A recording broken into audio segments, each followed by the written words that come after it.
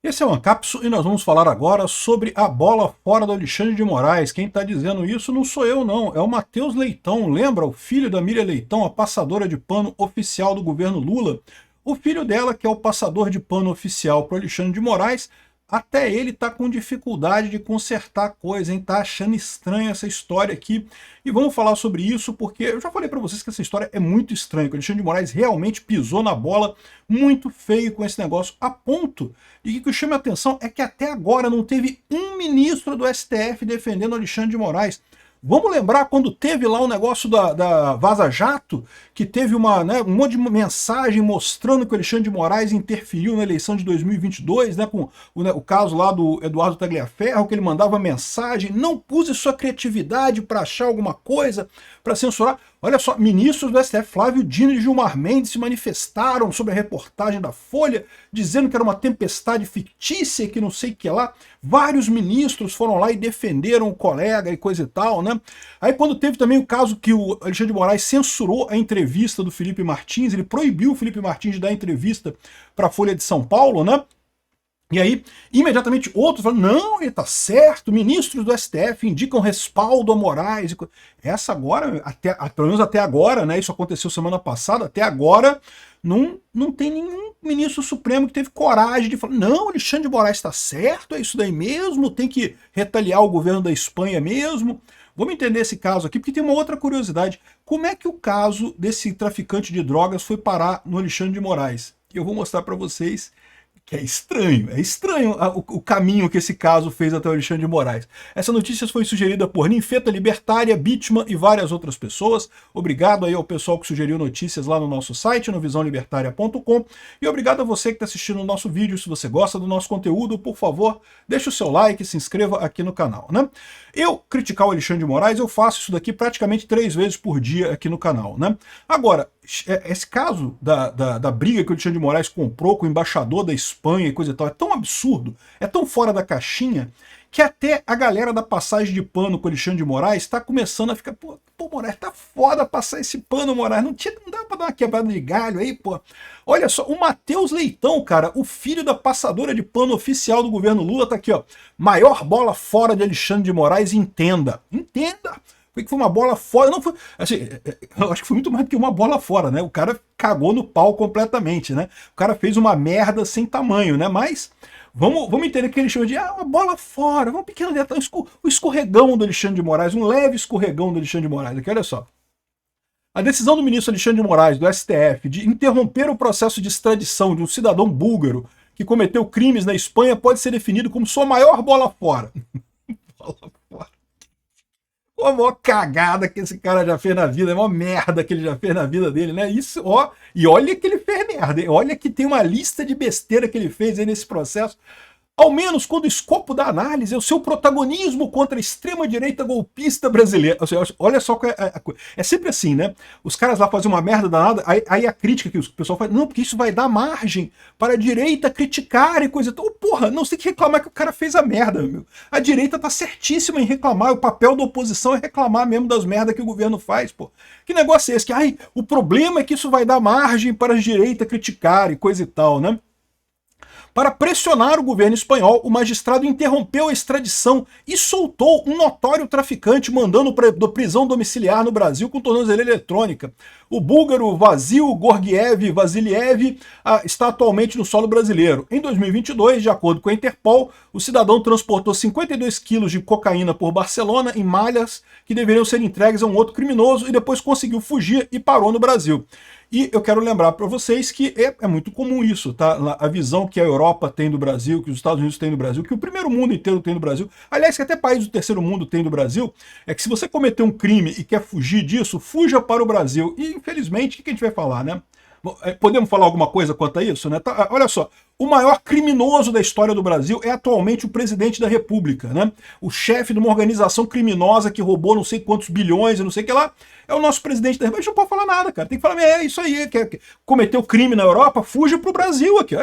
O nosso presidente é um ladrão, cara. Nosso presidente é um pinguço corrupto. Fuja pro Brasil mesmo. Eu me sinto sem nenhuma moral para tentar dizer que não, que no Brasil tem justiça, que no Brasil não fuja para o Brasil, porque nós não gostamos de criminosos aqui. Não, pô, a gente adora criminoso, né? Venham todos os criminosos para o Brasil, porque a gente elege vocês presidente, até se for o caso, né? Obviamente que o governo espanhol quer o Vasiliev cumprindo pena em Barcelona, não sei o que lá, mas Xandão resolveu jogar aos quatro ventos que a Espanha descumpriu o requisito de reciprocidade no tratado de extradição que tem com o Brasil ao negar o envio do jornalista Oswaldo Eustáquio, né? Em matéria extradicional, é pacífico o entendimento do STF no sentido da exigibilidade da reciprocidade pelo país requerente, sendo que, na ausência desse requisito, obsta o próprio segmento do pedido, disse o ministro. Só que, de novo, né, reciprocidade não é qui pro quo, não é me dá aqui, quebra o meu galho aí que eu quebro o seu galho aqui. Não, reciprocidade é você fazer coisas equivalentes. Então, se houvesse um jornalista espanhol aqui no Brasil sendo acusado por crimes de opinião, porque publicou alguma coisa no Twitter que o governo da Espanha não gostou, e o Alexandre de Moraes resolvesse impedir a extradição desse cara, 100%. É equivalente. O problema é que o caso do Oswaldo Eustáquio é crime de opinião, não é crime, na verdade. Aliás, nem no Brasil é crime isso, não é crime na Espanha, mas também não é crime no Brasil isso aqui, né? Não deveria ser você criticar o governo. O Alexandre de Moraes está equivalendo isso ao caso de um traficante de drogas que fugiu para o Brasil depois de ser pego lá na Europa, né? Aí até o passador de pano, Leitão, soltar um traficante por birra, quando o motivo é um bolsonarista de terceira linha, definitivamente não é um bom negócio. Olha aquilo que eu falei para vocês, tá? É o que eu falo para vocês. Não é que o pessoal do STF, não é que a elite aristocrática socialista de Brasília esteja insatisfeita com Alexandre de Moraes porque ele está perseguindo bolsonaristas, não. É porque ele está exagerando, ele está deixando ponta solta, ele está deixando cauda. Está cheio de cauda, cheio de rabo do Alexandre de Moraes para tudo quanto é lado. Aí uma hora alguém pisa num rabo dele aí, e aí a coisa fica ruim, entendeu? Então, ou seja, o problema é esse, o problema não é de ser um ditador, perseguidor, inquisitor que persegue bolsonaristas com ferro e fogo. O problema é ser um ditador, perseguidor, autoritário que persegue bolsonaristas e é burro ainda por cima. Aí ele exagera com os casos como o Alan dos Santos, como Oswaldo Eustáquio, que esses caras vão fazer, bicho? Qual que é a ameaça que esse pessoal tem ao Brasil, né? Todo juiz na primeira instância já teve no caso de julgar uma coisa e a pessoa fugiu para o Paraguai, fugiu para sei lá onde, fugiu para algum lugar do mundo. E aí não dá para fazer mais nada. Aí todo juiz segue a vida com isso, né? Bom, a gente fez aqui o possível, o cara fugiu, né? Faz parte. Não existe essa jurisdição absoluta que o juiz escreveu no papelzinho, a coisa magicamente se cumpre. Não existe isso, né? Tem limites à justiça. E tudo quanto é juiz tá ok com isso, né? Faz parte do jogo, né? A gente faz o melhor possível. O Alexandre de Moraes não pode. O mundo é culpado das coisas não acontecerem como o Alexandre de Moraes planejou na cabeça dele, né? Aí ele fala aqui também dos artigos da Economist, criticando, né, os poderes surpreendentemente amplos e coisa e tal. E lembra que tudo isso daqui, esses artigos da Economist, foram escritos antes desse caso da Espanha, tá? Esse caso da Espanha ainda não está contemplado nessa história aqui não, né? E aí tem um monte de coisa estranha nisso daí, que eu falo para vocês. O pessoal já está começando a sair fora disso daí, já está começando a deixar o Alexandre de Moraes para trás, né? Como eu mostrei aqui para vocês, quando houve outras situações em que a imprensa criticou o Alexandre de Moraes, e teve um monte, o Alexandre de Moraes já fez um monte de merda nesses processos todos aí, né? Mas quando teve críticas, o resto do STF, os ministros, prontamente aqui, ó. A matéria da Folha de São Paulo saiu na primeira semana de agosto, dia 14 de agosto, tá aqui, ó. Ministros do STF defendem a legalidade dos atos de Moraes, que é aquele negócio lá do STF, lá da Vaza Toga lá, que tinha ele conversando no grupo lá com o pessoal para mandar prender, mandar fazer dossiê contra pessoas específicas e não sei o que lá. Aquilo ali é uma tempestade fictícia, não tem nada ali, ó. Rapidinho o pessoal foi defender o Moraes, né? Quando ele negou também a entrevista do Felipe Martins, que é um absurdo, né? O Felipe Martins, lembra? Foi solto pouco depois disso, né? E ficou preso durante um tempão com uma acusação que não tinha nada a ver.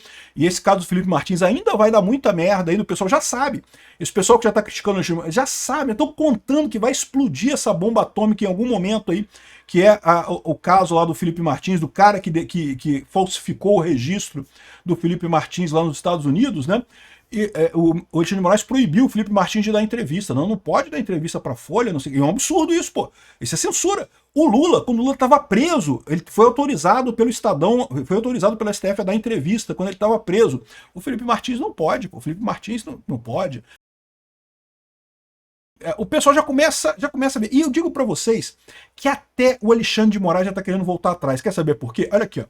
PGR avalia contestar a decisão de Alexandre de Moraes que barrou a extradição de traficante búlgaro. Nunca que o Goné faria uma coisa dessa sem consultar com o Alexandre de Moraes primeiro. Isso aqui é o quê? O Alexandre de Moraes falando assim, eu acho que eu fiz merda, hein? Acho que deu ruim, hein? Acho que não tem muito como eu sair dessa. Ô Goné, quebra um galho pra mim aí, ó. Contesta a minha decisão aí, que aí eu vou decidir em contrário pra não ficar muito feia a coisa. Escreve o que eu tô te dizendo, vai ser isso que vai acontecer. O Goné vai contestar, ele próprio vai voltar atrás e vai desfazer a merda, porque ele viu que fez uma merda muito grande, que não dá para justificar. Mas lembra, o Goné é um fantochinho do Alexandre de Moraes. Se o Goné tá fazendo isso, é porque o Alexandre de Moraes pediu para ele fazer isso, tá? Então, assim, tá mais do que na cara que o pessoal já tá começando a puxar o carro disso daí. Mas tem um outro detalhe nessa história toda, que tem pouca gente falando, que é isso daqui, ó. Esse aqui é o processo do búlgaro lá no STF, tá? É público, você pode entrar no STF, mandar procurar. Aqui, ó, como é que é o nome do negócio? XT 1902, tá? Então tá aqui a coisa toda aqui, a definição, eu não sei o que lá, os pedidos do Moraes, a coisa toda, como é que foi esse processo. O que chama atenção é o seguinte, aqui ó, dia 14/11 de 2024, ano passado ainda, novembro do ano passado, o processo do búlgaro, tá? Aqui no Brasil, foi distribuído por prevenção para o Alexandre de Moraes, aqui ó, ministro Alexandre de Moraes, prevenção do relator sucessor ministro Alexandre de Moraes. Processo que justifica a prevenção. O que é prevenção? Normalmente o juiz é escolhido por sorteio, mas quando já tem um processo referente às mesmas partes circulando no tribunal, você tem a prevenção. É o mesmo juiz que vai pegar o novo processo. Você tem, eles chamam de identidade processual, a mesma parte, mesma causa de pedir, mesmo não sei o que lá, tem uma porcaria lá, uma fórmula que eles têm lá, que se atinge aquele nível, por prevenção, vai para o mesmo ministro, né? E aí, tá aqui, ok, foi para o Alexandre de Moraes, né? Aí é prevenção por quê? Por causa do PPE 1202. Aí o PPE 1202 é o processo de prisão preventiva do búlgaro. Então faz sentido, a prevenção nesse caso está correta, né? Porque já tinha o processo de prisão preventiva e em anexo o processo de extradição. E o processo de prisão preventiva dele foi distribuído no dia 25 de outubro de 2024 por sorteio. Olha só, tá aqui ó, o sorteio aqui que foi feito. O sorteio foi realizado dia 25/10 às 15 horas, 15h01, lá na sede do Supremo Tribunal Federal. E aqui, ó, certidão de distribuição. Foi pro Xandão aqui, foi pro Xandão a coisa. Não é curioso como é que esse sistema de distribuição do TSE, do STF, sempre cai no Xandão, cara? E é o detalhe, né? Isso daqui foi no final do ano passado, 25 de outubro do ano passado. Vamos lembrar que nesse momento, aqui ó, 16 de outubro de 2024, já estava uma briga entre o governo da Espanha por relação de extradição do Oswaldo Eustáquio. O primeiro processo, o primeiro pedido de extradição do Oswaldo Eustáquio já tinha sido negado pela Espanha. Lembra, foram 2 processos de extradição do Oswaldo Eustáquio lá na Espanha. O primeiro foi pela participação dele no golpe, não sei o que lá. Esse segundo, que foi negado agora, foi porque ele criticou o policial Schor, né, o Fábio Schor, que é o macaquinho do Alexandre de Moraes, lá o cara que obedece às ordens do Alexandre de Moraes, né? Então, ou seja, foram 2 processos. Isso daqui foi justamente na época do primeiro processo. Então, olha só que coisa. O Alexandre de Moraes, naquela época, magicamente apareceu com um sorteio em que ele pegou um caso que, por um acaso, a Espanha estava pedindo extradição de alguém aqui no Brasil também. Ele não teve coragem, ele talvez pensasse em usar isso exatamente naquela época, né? Ou seja, para a primeira extradição do Oswaldo Eustáquio. Só que, por algum motivo, ele não teve coragem naquele momento, talvez porque estava no meio da eleição, não sei, é difícil dizer, né? Só que agora resolveu usar esse caso agora. E é aquele negócio, né? Bom, em tese foi sorteio. Se foi sorteio, tá tudo bem, né? Agora, você lembra dessa história aqui, ó? STF impede o UOL de auditar sistemas de distribuição de processos do STF, né? Esse sistema de distribuição de processo, de distribuição processual, eu vou te falar um negócio. Eu não sei como é que é o do STF. Do STF eu nunca inspecionei, mas vocês sabem, eu trabalhei muitos anos como consultor de segurança de sistemas. Inclusive, trabalhei para vários tribunais, inclusive para o STF, tá? Eu fiz coisa para o STF. Não o sistema de distribuição, mas outras coisas, outros sistemas do STF. E fiz um monte de outros tribunais no Brasil, tribunais de estados e coisa e tal. E, meu amigo, é fácil fraudar esse tipo de coisa. Tipicamente, via de regra, o operador do caso pode mandar refazer o sorteio. Então vocês entenderam o problema. É aleatório? Tem o aleatório? Tem. Mas o cara pode ir lá e pode justificar que, não, que o resultado não saiu, roda de novo aí o sorteio. Aí o sorteio acontece de novo. Vamos supor que você é o cara do cartório lá, sentado na frente do sistema, e você quer que o processo saia para o Alexandre de Moraes. São 11 ministros. Então você manda rodar o sistema. Ih, saiu para o Gilmar Mendes, volta atrás. Não, deu erro aqui, roda de novo. Ih, peraí, Cássio Nunes, não, deu erro, roda de novo. Aí vai lá, vai rodando. Uma hora cai com o Alexandre de Moraes, né? Uma hora cai no Alexandre de Moraes. Aí quando cai, agora pronto, agora deixa. Então assim, eu não estou dizendo que foi isso que aconteceu, eu não sei, eu não estava lá, eu não sei nem como é que é o sistema do STF, se permite esse tipo de coisa, mas eu sei que tem sistemas de tribunais no Brasil que permitem esse tipo de coisa, assim, não é nem difícil, tá? Tipo, não é nem uma coisa excepcionalmente ruim, é tipo meio que a média da coisa. Então, esse é o problema no final das contas, né? Esse sistema de distribuição desse tribunal que não deixaram o UOL inspecionar, parece que o pessoal ia trazer aquele cara que... professor Diego Aranha, né? E o STF tinha permitido, tinha deixado que eles iam fazer, confirmar as datas de inspeção, equipe de 4 pessoas, não sei o que lá, de repente o pessoal falou, não pode não, tá? Aqui, ó, entre eles estava o diretor do INSPER, o Ivan Hartmann, e tem outras pessoas aqui, ó. Diego Aranha, aqui, o professor de ciência da computação, Diego Aranha, não sei, já estava a caminho do Brasil, permaneceu na capital federal, e não sei o que lá. Ou seja, não deixaram auditar o sistema de distribuição lá do STF, né? Eu não sei se foi isso que aconteceu, mas você pode imaginar a hipótese, né, de que o pessoal queria deixar esse caso com Alexandre de Moraes exatamente porque ele já estava brigando naquela época com um processo anterior de extradição do Oswaldo Eustáquio, né? E acabou usando agora esse tipo de coisa, chateadinho porque as pessoas não querem obedecer a ele, né? Enfim, eu espero que a oposição faça uma festa com esse troço. Tem que pedir mesmo, né? Explicação do STF, do Itamaraty, coisa e tal, porque é um absurdo o que o Alexandre de Moraes fez, né? Não tem lógica nenhuma. Até o pessoal do lado do Alexandre de Moraes tá com dificuldade de passar pano, amigo. Tá feia a coisa. Obrigado por assistir o vídeo até o final. Além de curtir, compartilhar e se inscrever no canal, considere se tornar patrocinador com valores a partir de R$ 1,99. Clique no botão Seja Membro abaixo para saber as condições e vantagens de patrocinar o canal. Mais informações sobre o nosso projeto, visite nossos sites indicados na tela.